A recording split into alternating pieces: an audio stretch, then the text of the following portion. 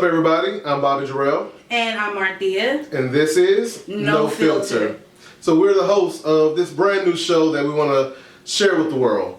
Now, before we get started and talking about the topic and everything like that, I just want to talk about what No Filter is and why we're doing No Filter.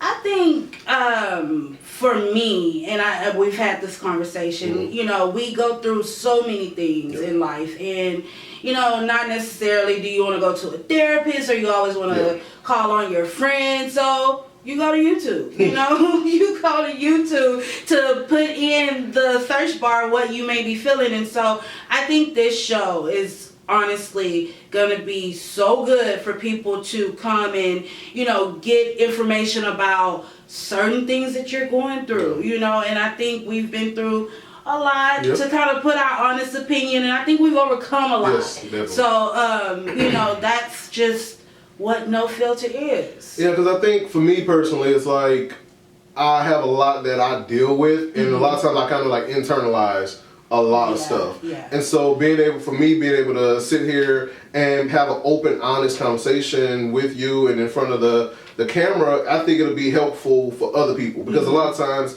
one of the things I learned years ago was that I'm not the only person going through what I'm going through. I used to think I was, like nobody can understand, nobody can relate. Yeah. But once I started opening up and realizing that, okay, dang, there's other people that have the same experiences that I have, and they can relate to what I'm going through. Exactly. And it feels good to be able to sit down and share that with people. So that's why I wanted to do this show. And I think for me, it's like, I want it to be like, it's no filter. It's open, honest, sharing our, like you said, true, authentic selves. Yeah. So hopefully people will receive it well, and if there's anybody out there that's going through something, y'all have a topic that y'all want us to discuss, hit us up. Let us know, and we'll try our best. We'll try our best, and then if we can't if we haven't personally been through it, like we'll research it. I think we are pretty professional when we have a professional group of people around us, and we can just reach out to them. Whatever you're going through, we can be a help. And like I said, we're not saying we know therapists. We know. Well, I'm somewhat a therapist. I'm a behavior analyst, but we know we're not psychiatrists, psychologists, and all that. Like, what is your degree in? My degree is interdisciplinary studies. Okay. So I was teaching at first, and now I am with the state, a family specialist, and so I work with children who have been sexually abused. Yeah. So like that's a lot. It's just a lot within that by itself, that like being able to share that experience. I know you can't talk about like personal things, but it's just being able to share some of the things that you've seen and heard, and it's like it's a lot. It's a lot. For me, like my undergrad is in sociology with a minor in psychology, and I'm getting my master's in special education with a focus in applied behavior analysis. And so it's like I'm tired, y'all. I'm tired. But I gotta get it done, and and we'll talk about it a little later on. So our topic for today is being black in 2020, and I think that I wanted to have, like, we went back and forth about what topic we want to talk about, and for me, like right now with everything that's going on with the election that just happened last week, I feel like that was a good topic to start this show off with. Exactly, and I think history has been made. Yes. Definitely. History has literally been made for black people, black women. Hey, it's just a really good time right now for us. Yes. I can't speak for anybody else of any other color. Well, so before we get into it, I want to give you guys a word from our sponsors. For all your catering needs, check out Cheddar's Cajun House. We cater birthday parties, weddings, gatherings, and parties. You can reach us at conchettainn@yahoo.com or by phone at 832-344-7650. Again, that's Cheddar's Cajun House. Welcome back, everyone. So like we said, our topic for today is being black in 2020. So this year, the fact that here we are is November 12th. So it's the year's almost over, but I don't feel like I've accomplished a lot within the year. But I feel like just with the quarantine, it's like I feel like I missed out on so many opportunities to do certain things and just to like experience things. So how has the year been for you? Just one, dealing with quarantine, and then dealing with all of the killings and everything that's been going on. Well, first of all, like you said, we're in November, and a month ago, it was like time was moving so slow. Yeah. And then all of a sudden, it just sped up. So in quarantine, like the first, like when everything was shut down, like it was really hard. Yeah. It was really hard. And then time kept going by, and then just the racism was coming to a head. And I literally had to like get away from social media. It was just so heartbreaking to be in, like, to just be in that space, be in this space. Yeah. So that it was hard. What about you? The same. It was hard. Like it's you know, as like I'm going through my mind and I'm trying to figure out like where to even start with everything. I feel like quarantine, that kind of kicked it off because I bought a new house. Thank you. I bought the house, and I want to say I moved in like either a few days before quarantine, like kind of everything just shut down. And so I was in basically a new space, and then dealing with depression and insomnia and stuff like that. It was hard because I'm a Cancer. I'm a creature of habit. Like I want things to be a certain way, and then once I get used to it, that's my comfort zone. And so I didn't have that comfort zone.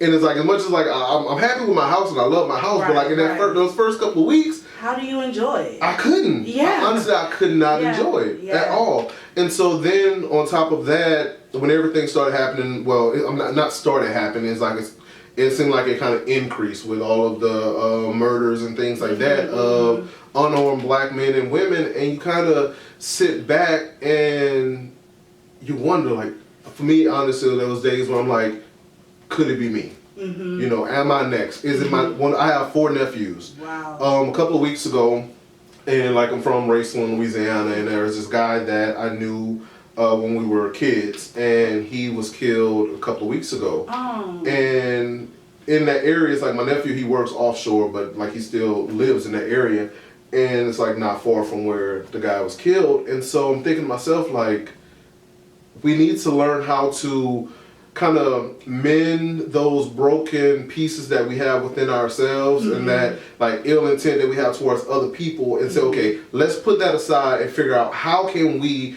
be better for ourselves and better for other people. And so like with my nephew, like I just had to reach out to him because I'm like, you know, we don't talk as much as I would like, but I'm like, in that moment, I'm like, that could have been my nephew. Right. That could have been me. Right. And that's something that I think a lot of people, they don't, other people of other races, and there may maybe be some black people that haven't had some of the same experiences, they don't understand what it's like living in our skin every day in our experiences. The fear of it. Yes. Because like you said, you know, we all have fathers, we all have cousins, and when you look on the TV and you see another hashtag, it's like, man, that could be my cousin as another hashtag. And even with you know, with the racism, with COVID, we were losing loved ones and everything. So this year has just been such a year where death this is what I was saying. I'm like, death is all around. Yeah, definitely. And it's 2021 me, please. Well, you know, even with saying, okay, 2021, man, the virus is still here. We're not gonna leave the virus in 2020. Like what's gonna happen is gonna be another year of like quarantine and losing people. And for me, it's like it's almost like there's no hope. Like this year, I said I bought a Christmas tree. I'm like, I want to decorate. I want to be able to get into the Christmas spirit. I love watching Christmas movies and things like that. And it's like I want to get into that space to kind of block out everything else that's going on around me. So I want to talk about this. Okay, do you know you kind of work independently, right? Like kind of on your own. Like you're not in the office surrounded by your supervisors and stuff like that. So have you had any kind of experiences when it comes to being in the workplace and having to deal with what's going on in society? Not in the workplace, because majority of us in the workplace Okay. are us. That's good. But I can say that I'm from a small town, and so I didn't deal with racism until I got in the world, like when I came to college and everything, and it was just an eye opener, because I've heard my parents talk about segregation and things like that, and in my mind I'm like, oh well, everything's good, I don't have to deal with that. And then when you become an adult, you see, man, nothing's really changed from what they were talking about. And then 2021, 2020, look, y'all, I'm trying to get to 2021. Get me out. When you get to 2020, it's like we're living in a time where my parents were living in and my grandparents. And that's like with this topic, when I was telling you about it, I was like, you can talk about the culture and everything. My thing is like, why are we in 2020 and still dealing with the same BS? And it's, one of the things for me, like, okay, with work, it's hard because I work in a field that is predominantly white female. Oh. And like Little Karen. Yeah. Little Karen. Yes, a lot of them, a lot of young ones at that. But for me, like, I am a board certified assistant behavior analyst, and I'm going to school to become a board certified behavior analyst. And in the time, like, I've been in the field since August of 2012. Okay. Guess. I want you to guess, okay? Okay? You ready? Sit. If you had to guess how many black male or female supervisors I've had, like, just take a ballpark guess that I've had in 8 years, black male or female, either a behavior analyst or assistant behavior analyst. Like, take a ballpark guess. None. Damn, you're good. None. Because, I mean, it's not fair. And we know it's not fair. At all. And I think as much as we're young, I know we want to fight for that change. Yes. And my whole question is, when will the change be? Where does it start? Okay, so, and that's the hard part, because like I had one situation where I had white male supervisor who was over me, and I didn't he told me thank you for something, and I didn't respond to him. I got a performance improvement plan because I didn't respond and say you're welcome to him. Now, mind you, at the time, I think I was about, was I 30 at the time? Wow. I was like either early, like 30 or late 20s. Okay. At the time. Okay. So I'm a grown man. Right. If I don't want to say you're welcome, I don't want to say you're welcome. So they gave me a performance improvement plan.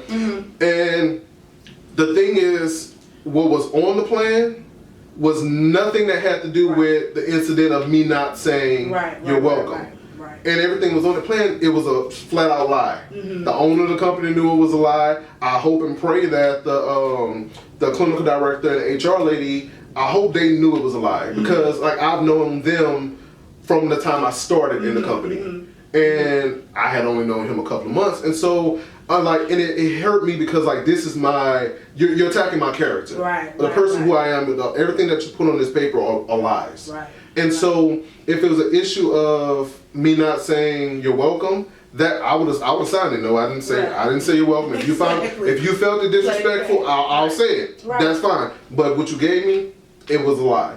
And so for me, it was a thing of, at the time I was working on, had started on my bachelor's, and I was working on my certification for my BC ABA. And so I look at it like, were you threatened? Because I knew how to do my job. That was the issue for them. But then, okay, let's fast forward. I started a new company, and if anybody in that company is watching this right now, I want to say, like, what I'm saying is not an attack on the people. Right. It was a company that was made up of females, and predominantly all white females. There was one, like a 27-year-old black female as a supervisor. Okay. Everybody else was all either white or Hispanic, whatever, and in leadership positions. There was no males in leadership, no black males in the company. Like, it was only myself and one other black male in the company. And I remember sitting down with the owner, and I told her, I was like, for me as a black man, I always feel like I have to work harder. I have to prove myself. And then on top of my degree, that's not enough. Yeah. My certification, that's not enough. Yeah. Being in a grad program is not enough. Exactly. 8 years in the field is not enough. And so, like, once when I got my certification, like, I wasn't offered any type of position or nothing like that. And I'm like, I haven't worked 8 years to get to where I am to be doing the same thing I did when I started 8 years ago. Exactly. And you have the credentials. Exactly. But to kind of, continue the conversation with the guy who did the performance evaluation, that was like a power move. Yeah, definitely. That was a power move. It was. Like, and I think that's the whole issue. It's like, we're so popping, like we're so creative, and we're such beautiful race, and they can't stand that. Yeah, and so let me give you a little bit more icing on the cake. So it's more. Yeah, it's more. So he was like a program director. The owner of the company, I used to I would sit with her son, like she would like have like a little night out during the week or 1 or 2 nights a week. I would stay at the house, watch the son. Okay. She went on vacation 1 week. I stayed at the house for a week. Okay. That's the owner of the company. Okay. So my thing is like, this lady trusts me to be in her house to look after her child. But yet somebody else gonna write me up for something like not responding. Right. It's like that has nothing to do with my job. Wow. They were like, "Oh, you need to smile in the morning meetings. You need to give input."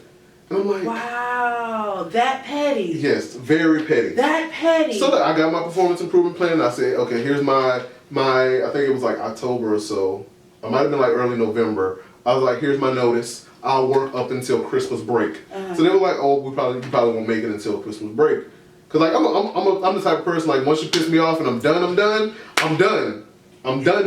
Yeah. But when they told me, don't be like that. Now that's a whole nother story. Don't be like that. Don't be like that. Anyway, we'll talk about that next time. Don't do me that. Don't be putting me out there like that. That was not all my fault now, cause you know. No, I know. You know. I know. But anywho, we'll talk about that another time.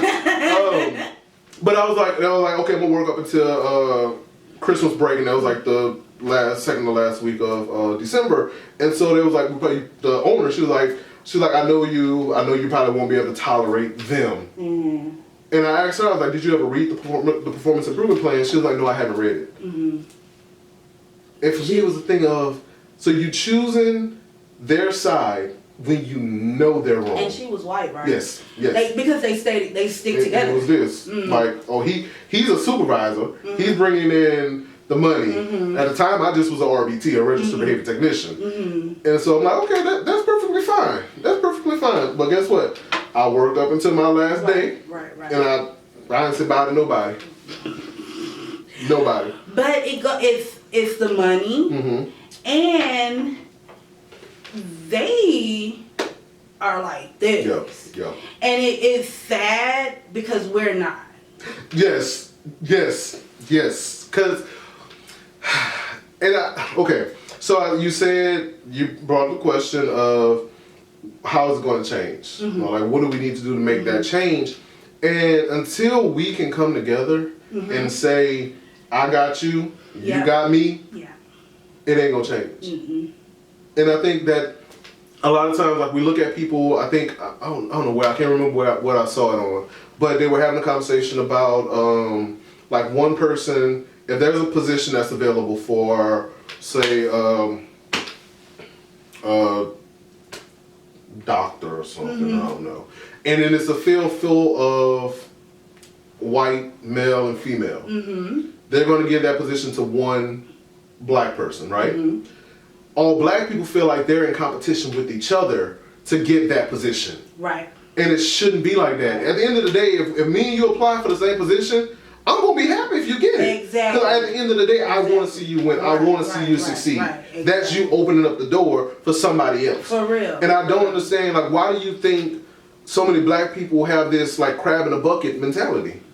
Because it's been like that for years, and it goes back to after we integrated, then that's when, you know, you start seeing, because in segregation, when we were segregated, like, black people had their own businesses, they were raising their family, black kids had black teachers who cared. And once we integrated, it was like, okay, I got to get up to the top. But when I get up to the top, I'm bringing my kids and my wife. But you can't come up here with me because you know maybe too much about my past, or you may take over what I've done. And it's baffling because we could be so much better than that. Even with the killings. And with the killings, this is my position on it. Okay, so I know we are dealing with the cops killing black people. We see it on the TV every day. But in my mind, I feel like they feel like it's okay because they see on the TV we do it to each other every day. So why is it that you're upset when I killed them and I'm authority, and you, Pookie and Boo Boo, then got into a fight and you kill him? It's not racism. Yeah, I saw a post from, I want to say maybe Meek Mills. I'm not sure. But the post was basically saying, like, why do, like, rappers and, you know, just people that's, you know, in the hood and living their life and everything, they praise the trenches. You saw that one? Yes. And it's like, when the trenches is the reason why they've lost so many of their family members and friends and stuff like that. And it's like, why? But it's like that hood mentality of, if you're not living this way, if you're not doing this, then you weak, then you a sellout. But it's like, why not figure out how to make it better? Find a way out for you and your people. Right. And that's something that a lot of people just don't do. Like, I'm from a small town also, and I go home and I look at people and I'm like, there's so many talented people. So many, this crazy talent, but yet they're not doing anything with it. And it's like, honestly, for me, like, you know, like, I enjoy, like, the acting, writing, and all that stuff. I feel like where I'm from, it didn't foster that. And if I would have still been there, I wouldn't have had some of the opportunities that I've had. Right. But it's like, I had to learn that. The system was set up for us to not get far. Yep. It was set up for our fathers to go to jail, and men raised without fathers, and, you know, they look to the TV, and then you see the rappers on there with the jewelry and everything, and they out there selling drugs and rapping about it, and you feel like, what other alternative do I have? But the thing about it is, like, let's say Jay-Z. Jay-Z can go out and make an album about living in the hood. He can make that album tomorrow. Jay-Z ain't living in the hood. The people that's listening to it, they sitting there, oh yeah, this the life, this the life. Jay-Z not living in the hood, bro. Right. And the same thing is saying, this may be off topic, but I'm gonna say it anyway. Most of these rappers have booze. They not out here doing what they saying in the rap song, messing around with 4 and 5 females. They got one boo at home, but yeah. That was on topic. I felt that. But it's even with like Cardi B. I think was it Offset posted a picture of her sweeping, and he was like, you a liar because she's like she don't cook and she don't clean. It's music, people. Stop believing it. Yeah. Okay, so I want to kind of switch to a little bit more serious of a topic. Okay. All right. what are your thoughts on Black Lives Matter and the whole movement? So, I think when it first came about, it was like so much fire under Black people, and you know, we thought that change was going to happen, or we thought something was going to happen. And don't get me wrong, it's a very good movement, because at the end of the day, my life matters. And I'm not saying that all lives doesn't matter, but we're the ones that are getting killed. So I think it's a good platform, but I don't think it's being utilized. I agree 100%. Best way. And it's like we can have individual conversations with people and try to get people to understand what Black Lives Matters means and like how we feel about it. But it's hard because that's just one person. And I think a lot of times like they still don't quite understand it. And so like anytime someone has the rebuttal of, well, all lives matter, it's like, okay, do all lives really matter? If a person that says, oh, all lives matter, if you can't fix your mouth to say Black Lives Matter, then that means you don't believe all lives matter. Because it's all lives is up here. And then you got Black lives, white lives, Asian lives, Mexican lives, Chinese lives, all those lives. If one of those doesn't work, is not going the right way, that means all lives do not matter. And like for me, I think when people use, they say, okay, well, I don't agree with the rioting and stuff like that. Like who agrees with it? Like we agree with protesting, we agree with that. But you can't fault a whole movement because of the few people that decide to do the wrong thing. And so it's like when they say that, it's like, okay, if you believe that one or two people, not one or two people, it's more people rioting. I don't agree with the rioting, but if you look at these people that are rioting, you say, oh, Black Lives Matter is at fault for it. But you won't say the same thing when you got one or two police officers killing Black people. You won't say, oh, all officers or all police departments should be at fault. And let's be clear, rioting did not start with Black people. Okay? It started with the majority. You know? And so, I mean, we learned that from y'all. Well, I don't want to say y'all because I do not want anybody to think that I have anything against any race. I am just at this point so tired of not having, like you said, all lives mattering. So, what would you say to someone that's watching that may not be of African descent? Hey girl, hey, first of all. But then again, most of them probably is of some African descent.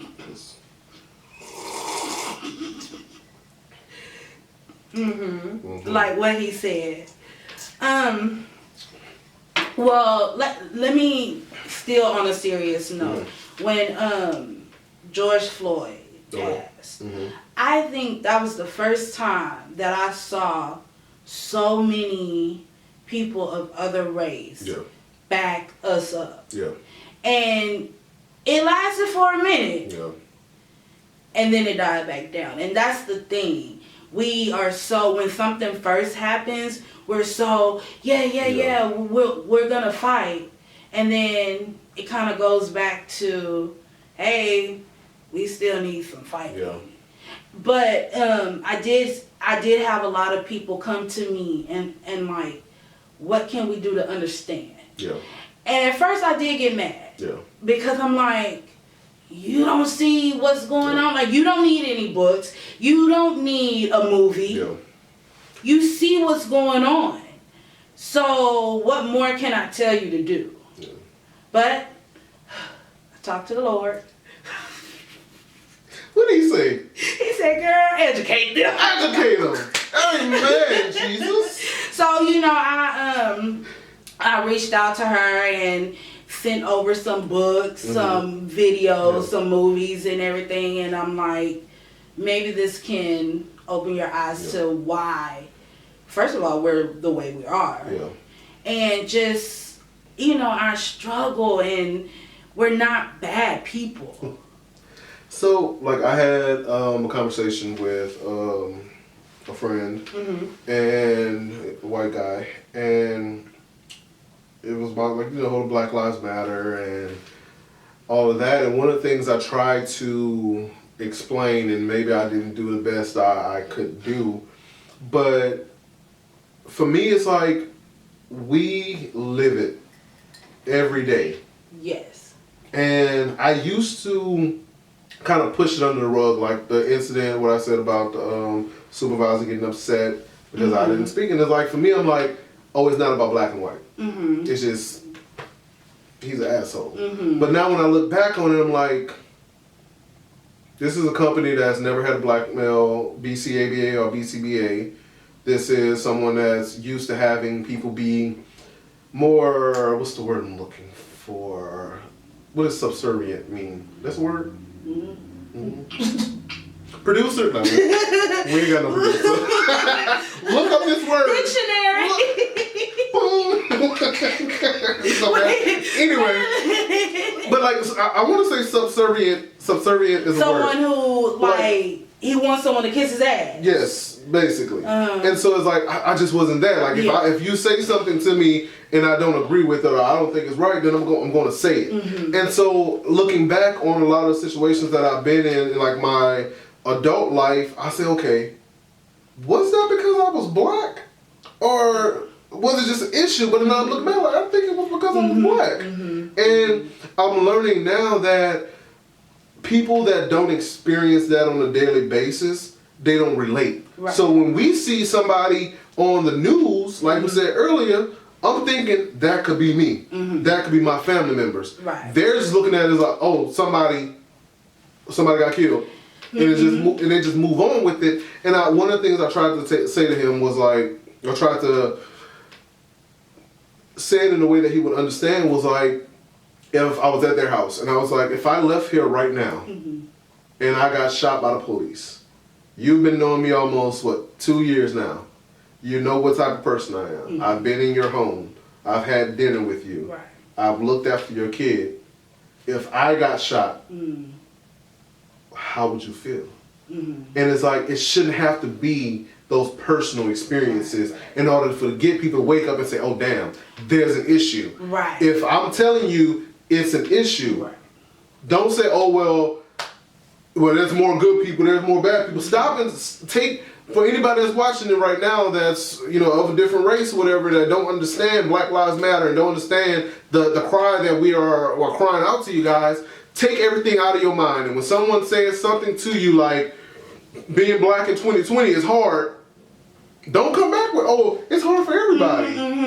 Oh, it's a pandemic, everybody's struggling. Don't do that. Right. Stop and say, okay, why is it hard? When I tell you why it's hard, don't try to give me reasons of why it's not hard. You try to understand. You listen, you comprehend, you soak it in, and you try to understand and not give me reasons of why you feel otherwise. And I think that that's a lot of time when you try to have those type of conversations, they don't get it.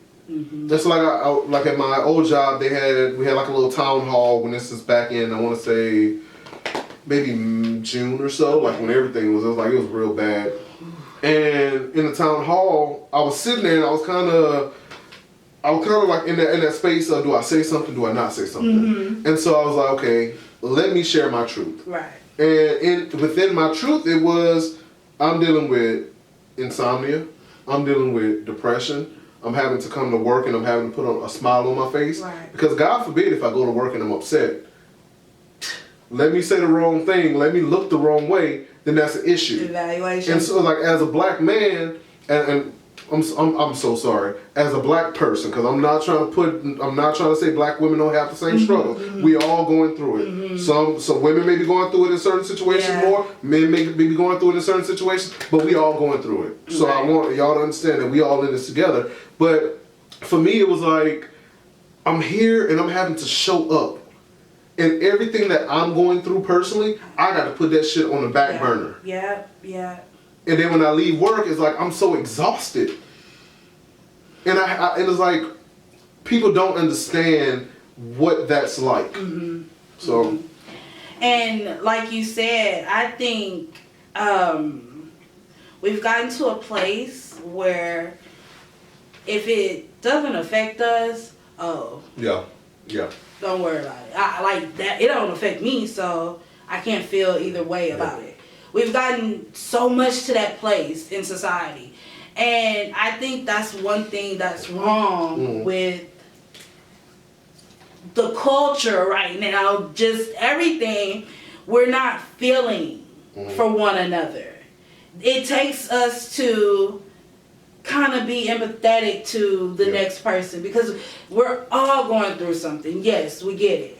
But to my other counterparts, Yeah, doing. kind of feel where we've been, where we've come from. I know y'all don't have the same story, but just you see it though. It's in movies everywhere. You see it on the TV. You see it, and I'm tired of I have a black friend. Yeah, you have a black friend, but do you know that story? Yeah. You know, just kind of. And this is a challenge to all black people out there also, because I had just like the thought that you had before you went to Jesus and Jesus put you on the right path. I had another friend who basically said the same thing, like it's not our job to teach them. Mm-hmm. And it's not our job to teach them, but at the same time, we have to educate people. We have to let people know, well, we can't just be upset because they don't understand. And we feel like, oh, they see it and it's right in front of them. They should get it. They should understand, but they don't. Right. And when we see, okay, they're not getting it, how can we better educate people? How can we give them information to help them? And one of the things, like doing shows like this, is being able to have these type of conversations. You know what I'm saying? The sit downs and the, just like she did. She reached out to me. You know, what do I need to do to help? You know, and like I said, going back to what you said, it's not my job to teach you, but it still is okay. If you reached out to want to know more, here it is. Yeah. I've done my part to try and make the change or help. And one of the things like you mentioned, that's why I had to write my note down so I could remember. It's what is it called? Like the pedestrian. Not the pedestrian bystander. Bystander effect or bystander.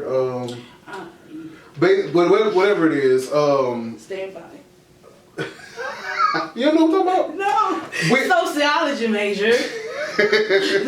So when, let's say like something's happened, a person's being mugged. Okay. Then you have people that stand by and they'll just watch. They won't say anything. They won't do anything. Okay. It's that bystander effect. Okay, yeah. Because they see it, but they won't watch. And I think that a lot of times that's the issue that we see when it comes to a lot of people that aren't black. They have this bystander effect of, oh, it's not affecting me, then I see it, I'm not going to do anything, I'm not going to say anything about it. But it's like the fact that if I can look on my timeline and I see, if I have, at one point I had like 4,000 something Facebook friends, it's slowly getting down there. I'm pretty sure. Like I'm at like 1,000 and something now. But my thing is, if you're not saying something, then to me that kind of makes me feel like you agree with it. And I can't. Yeah. I can't rock with you like that. Sorry. And look, I know we have cameras now, and that's the reason why things are blowing up. Yeah, definitely. Too. Definitely. Because we have cameras and it's on. You're being caught.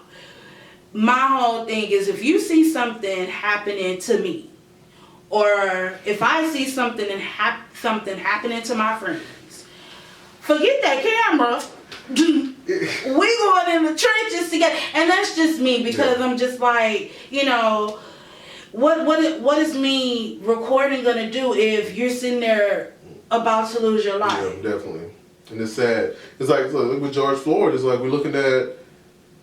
Honestly, I ain't gonna lie. I haven't watched like the full clipping of that. I can't watch it. Like a grown man, laying on the ground, crying for his mama.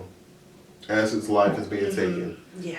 And people, I don't see how the world is not mad about that. Like, it just, it made a difference, but there were still people who were not affected by it. And I just don't understand it. And, I mean, look at the election. So many, it was, I really thought. Well, so, okay, transition into our last topic, like, on this whole broad topic of Black in 2020 is, okay, this election that happened last week. Okay. The election itself took about a week. Like, the results took about a week. So, what are your thoughts? Like, you're about to say something. I was scared. I was really scared because all my years of voting in elections, you wake up the next morning and you know who the president is. Wednesday came, I woke up, still no president. Thursday came, still no. I said, Lord. Friday, Saturday. Because I guess it was like called on Saturday. Yes. We finally found out on Saturday who it was. And I'm just like, by Thursday, I was like, Lord, it's in your hands. Me too, bro. I was like, God, are you there? You don't see this? What is it? But it goes back to me saying, if we were that frightful that man was going to get in office another 4 years, and it just brings it all the way down to the division, the racism still, because he was close. And that's the thing. It's like it wasn't like even 50% or anything. Like, it was Joe was slightly above, but it was still like he still got over 60-something million votes. And I think when people say, okay, I have an issue with Trump, it's not about Republican and Democrat.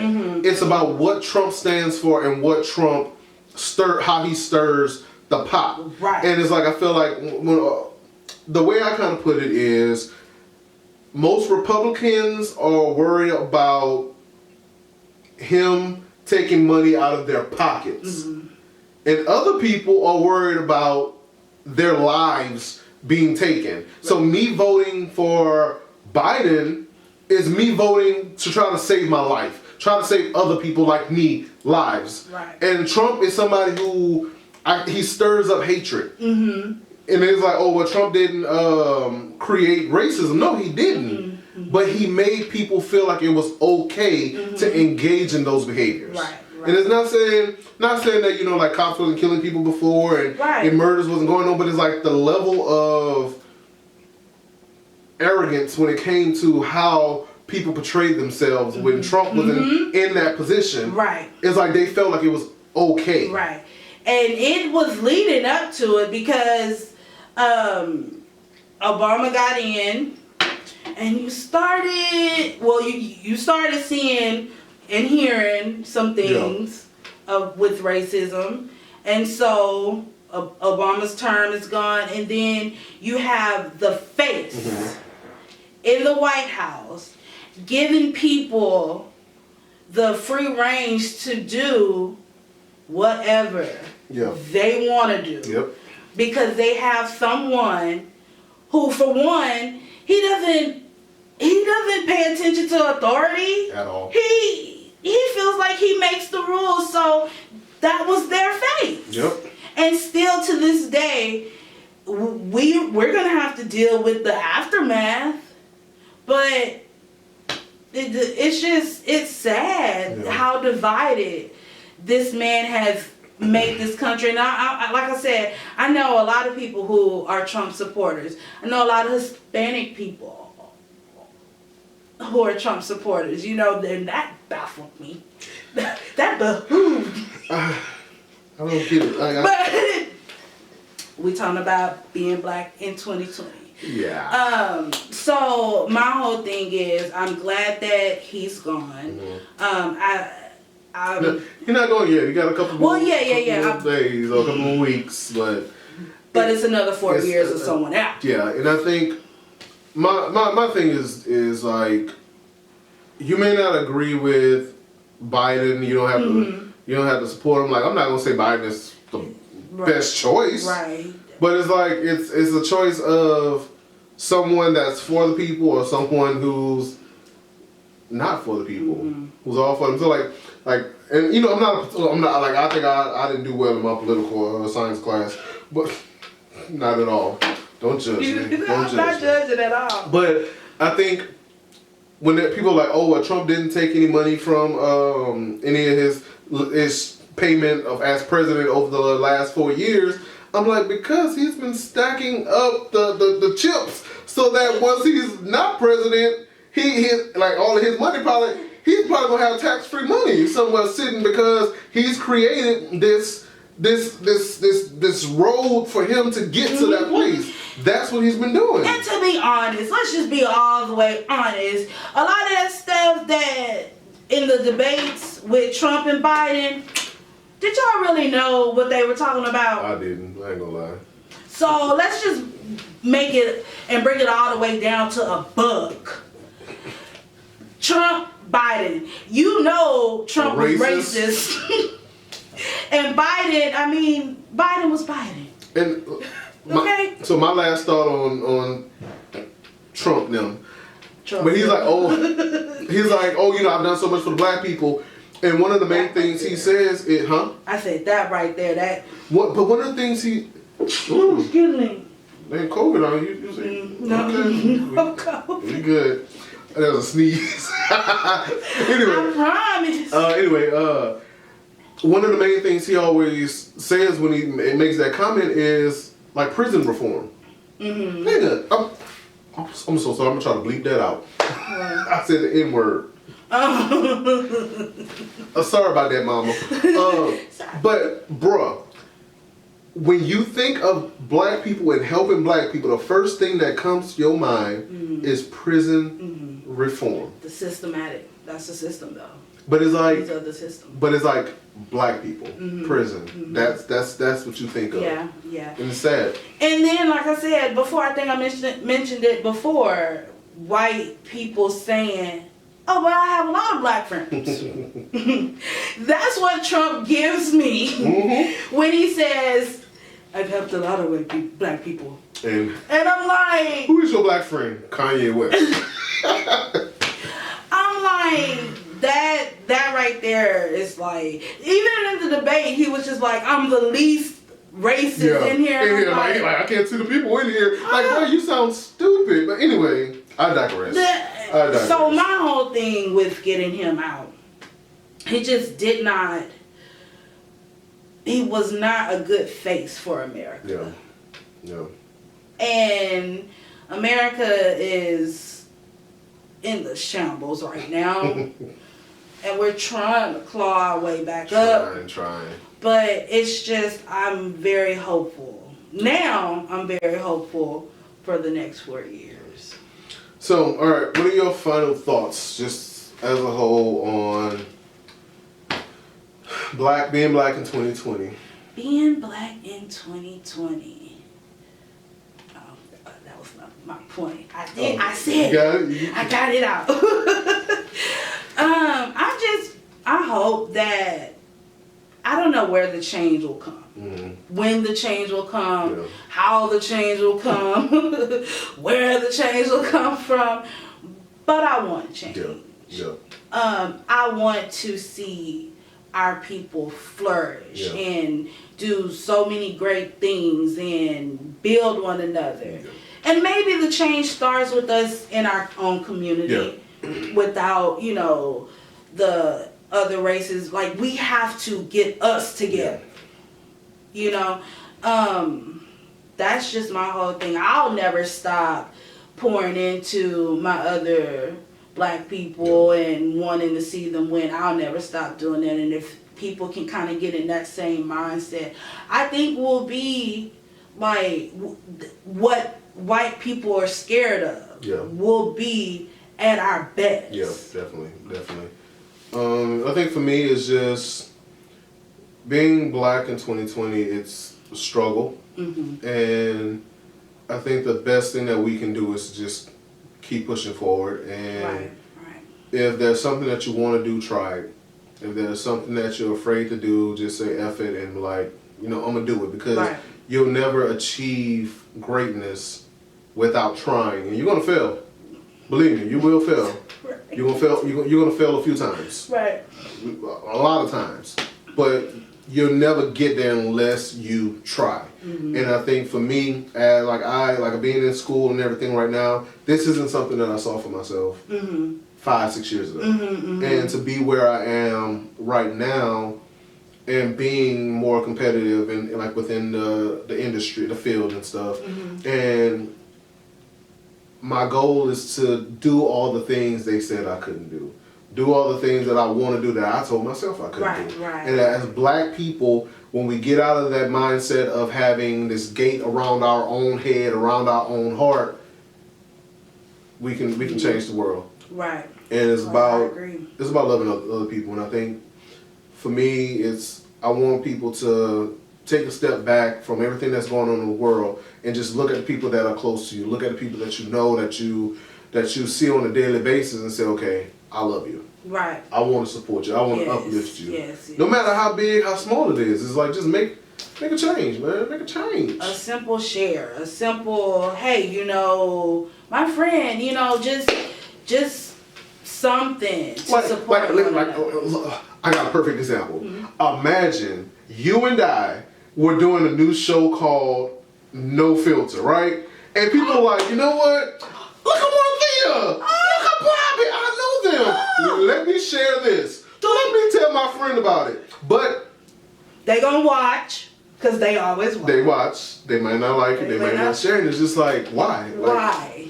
Right. But it doesn't matter. No shade, no tea, though.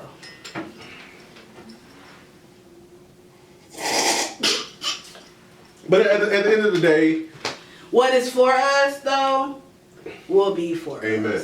So, just watch, like, share, support, subscribe. So, hey, if y'all stuck it out with us to the end, make sure y'all leave a comment. Let us know what y'all thought. And let us know how y'all are feeling right now being black in 2020. Right. Follow us on Instagram at NoFilter the Show, on Facebook at NoFilter, and go to YouTube and put in NoFilter. And we'll put the link somewhere in the description and we'll be bio. sharing it. Yeah, so y'all can make sure y'all check us out and tune in next week for the next episode of NoFilter.